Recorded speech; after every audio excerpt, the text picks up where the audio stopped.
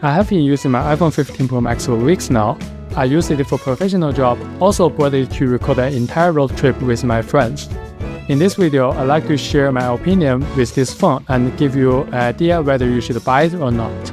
I'm coming from the iPhone 12 Pro Max, and when I get my hand on my new iPhone 15 Pro Max, I immediately feel the wave reaction. Oh, it's lighter. It's lighter? Yeah, much lighter. It's nothing huge, but you can definitely feel it. A nice surprise. After that, let's talk about the color. In the product photo from Apple, the natural titanium color almost looks like golden, but in reality, it's more like darkened stainless steel with slightly warmer tone. Next, the frame rate. As a long-time gamer, I can notice the change, but it's nothing drastically better. The real change is when I go back to my old iPhone 12 Pro Max. The 60 frame rate display becomes unbearable, but I can adapt to it if necessary. In fact, I use a 144Hz monitor at home and a 60Hz monitor in office. After that, because I am coming from iPhone 12 Pro Max, the pure shape cutout on iPhone 15 Pro Max quickly attract my attention. I'm not sure it's a better design because the area above the peel becomes unusable. The iPhone 15 Pro Max and the iPhone 12 Pro Max, although years apart, looks incredibly similar, especially when in the case. Not once I've taken the wrong phone and take a video, not realizing it. This also proves that although the camera on iPhone 15 is upgraded, you only realize it when you intentionally look for it and know what you're looking for. Now let's talk about the camera. First and foremost, let's discuss the action mode. It eliminates all the shakiness, making the video nice and smooth. With it, I can experiment with much more dynamic camera movement that were not possible before. However, the action mode requires very good lighting condition. Even a slightly dimmed environment would result in very noisy image. And the resolution is 2.8K at maximum, good enough for social media, but not good enough for professional use. The 48 megapixel camera is a very noticeable upgrade from the 12 megapixel. In fact, if you zoom in on 48 megapixel photo from iPhone 15 Pro Max, the amount of detail you can see is identical to what you can capture on 2.5 zoom camera from iPhone 12 Pro Max. Besides that, you will have the ultra-wide and 5x zoom camera, both using the 12 megapixel sensors. Portrait mode is pretty cool at first look, but you can see a real cutout without looking really hard. Not something very practical if you want to do some serious work. There's a strange glitch I encountered twice on my iPhone 15 Pro Max. Not sure what's the cause of it, but it did re-involve my footage for vlog. I also noticed the camera on iPhone 15 loses focus more often than my iPhone 12. Even glitches out while trying to shoot something slightly close up.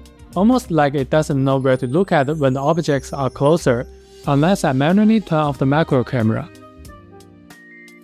Which is quite annoying and makes me start to regret the purchase. Overall, the camera on iPhone 15 Pro Max is very unstable at this stage. Although the 48 megapixel main camera makes a clear image, the older iPhone is easier to use and less likely to make mistakes. The Type-C port. A 9-year-old technology somehow becomes the center of the attention. Although there are near endless possibilities with it, as you can see now, I'm currently connecting my iPhone 15 Pro Max to a USB adapter and all the way to my microphone. However, recording video onto an external hard drive is only possible for ProRes videos. Another downside is that all my lighting cables are suddenly become useless, even though they are in perfect condition. Also, what if I still want to keep my old phone?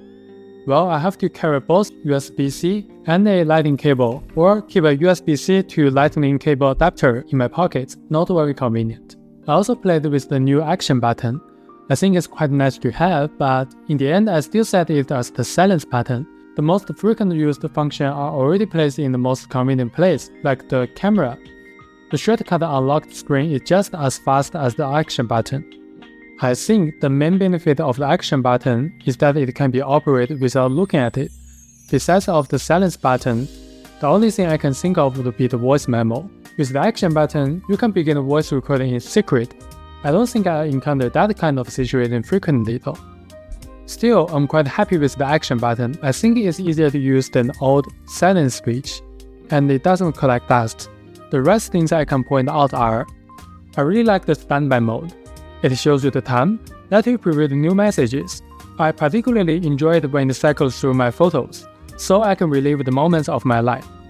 Technically, all iPhones are well equipped to support this function. but somehow it doesn't work on my iPhone 12. Interesting. Overall, I can't say I regret this purchase because it's a better device compared to my old phones. A solid upgrade in every way, but I also think we have well passed the point of marginal utility. Yes, it is an upgrade, but it doesn't change the experience by much compared to the change when I upgrade from my iPhone 8 Plus to iPhone 12 Pro Max. The difference is so marginal. I know the 48-megapixel camera on iPhone 15 can capture better photos, but on the video side, you can still only capture 4K video at maximum. On the other hand, the iPhone 12 Pro Max is such a nice phone. It has the newest design language, and the screen is just as good looking as the newest phone. The camera, although having much lesser bells and whistles like iPhone 15, but works much more smoothly. So unless you are using an iPhone 11 or even earlier generation, upgrading to iPhone 15 won't change your experience by much. Thanks for watching. If you enjoyed this video, please consider to subscribe to the channel and leave us some love. Thumb up. And I'll see you next time.